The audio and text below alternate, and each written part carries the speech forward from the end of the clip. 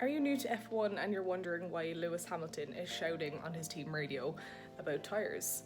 Or maybe you've been around for a long time as a fan and you're actually wondering, where does F1 team radio even come from? Luckily for you, I have gone ahead and done the legwork, so in this video we're going to be chatting about the history of F1 team radio and also some of the most angry and funny messages that have come across over the years. Let's go back for a second and actually chat about what happened that led to Lewis Hamilton's so-called angry radio message to his team last weekend in Turkey. So Lewis is out there, he's on intermediate tyres that have survived since the start of the race, and he feels like they're still in pretty good condition, but he's aware that the track is drying out and he wants to know whether or not it's going to be safe for him to carry on until the end on the same set of tyres. At this point, he's sitting in third place. He's already been making up time the whole race because he had to start lower down because of his engine penalty.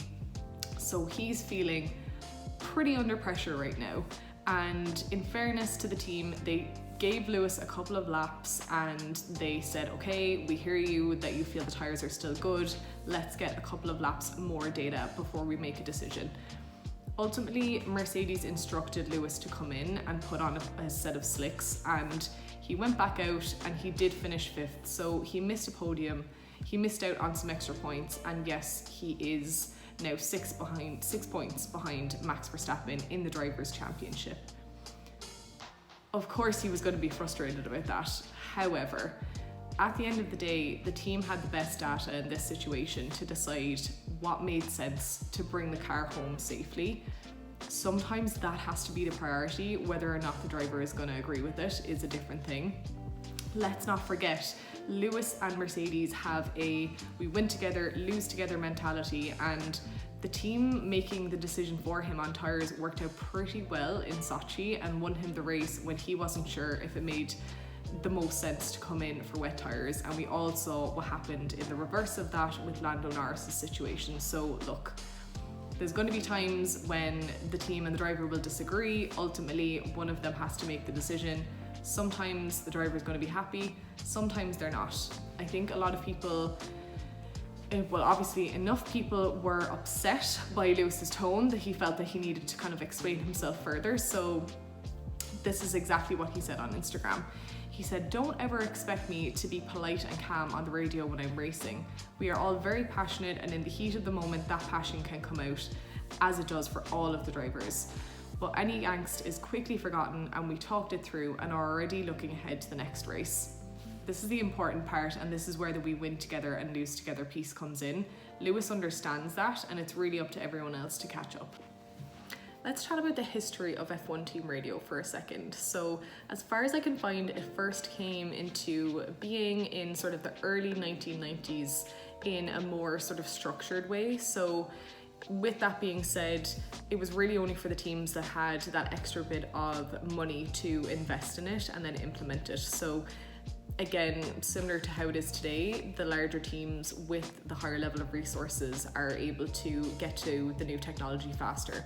So the kind of became sort of like the status quo for a while, and then in 2016 there was a pretty big slew of changes that were brought in.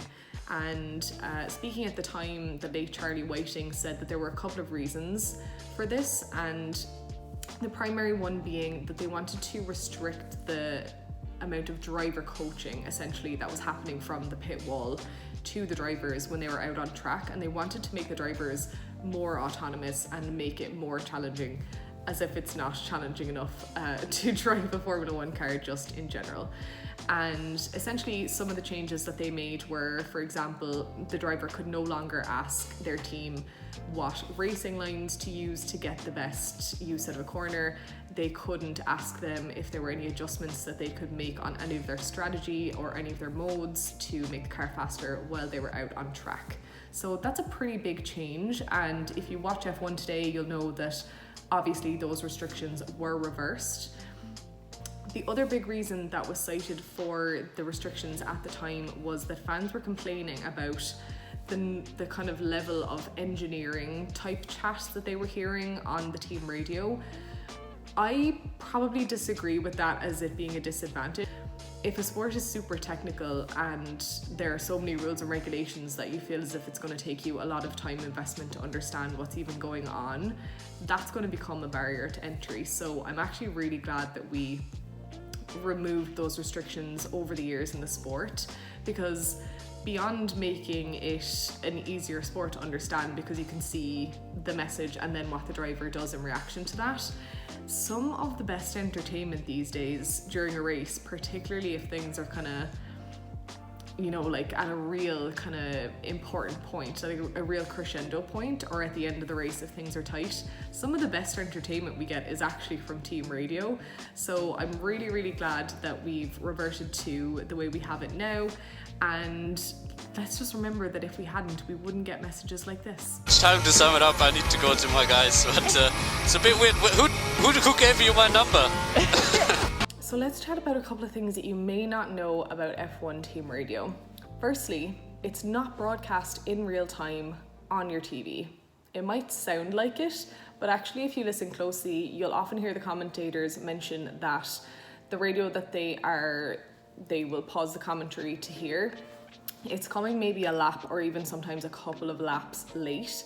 This isn't always the case, and sometimes you get it quicker than that, but it's understandable that for competitive and tactical reasons, if a team, let's say, is in a close battle with another team and they have to make a really important tire decision, they don't necessarily want that other team to know the decision that they're going to make seconds later so that they can then react. You might also not know that the comms don't just come between the driver and the pit wall or the driver and the garage. They can also happen between the race director, Michael Massey, and the team principals more often than not.